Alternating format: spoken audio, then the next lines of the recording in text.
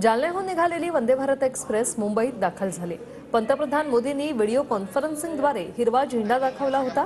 वंदे भारत एक्सप्रेसचं स्वागत करण्यासाठी मुख्यमंत्री शिंदे छत्रपती शिवाजी महाराज टर्मिनसवर दाखल झाले होते।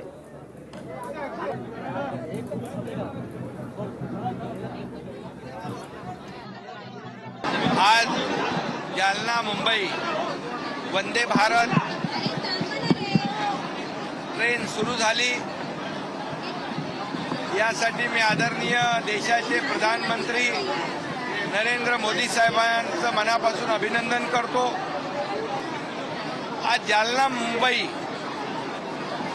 जालना देखील एक मोठं शहर आहे, उद्योग नगरी आहे।